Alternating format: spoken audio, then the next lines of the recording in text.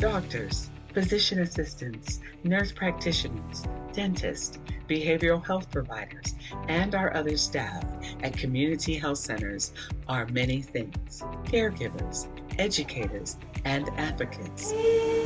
We're trained to follow data too.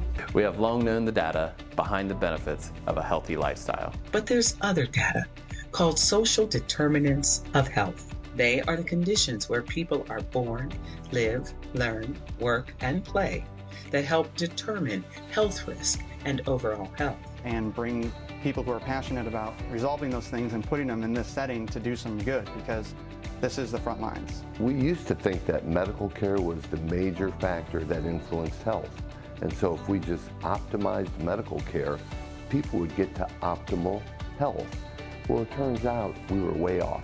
The World Health Organization says it's only about 20% of how an individual's health ultimately turns out.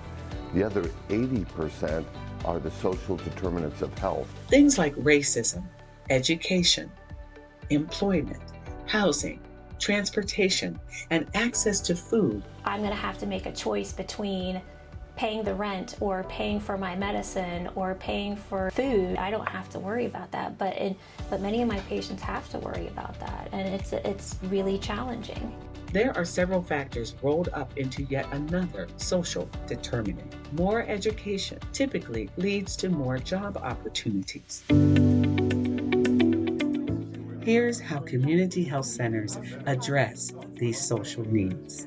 All of our locations are located along bus lines to help patients. We also have partnerships with Lyft and Uber. So if they come here and they need to see a specialist that's in Columbus or Dayton, we will be able to get them established for that transportation that they need. Developing mobile care units, converting vans into traveling exam rooms, and people are have a much more shorter distance to travel to receive that care. We have done so much with food insecurity. It's very gratifying. An example of that is with our food bank, Second Harvest. So when they're delivering food, we'll have a bus on site to be able to provide health care to the people that are coming to them to receive food. And we distribute food for them for patients that come here. Just an example of a collaborative effort to try to meet needs that are beyond what any one organization can do, but collaboratively we can make a real impact.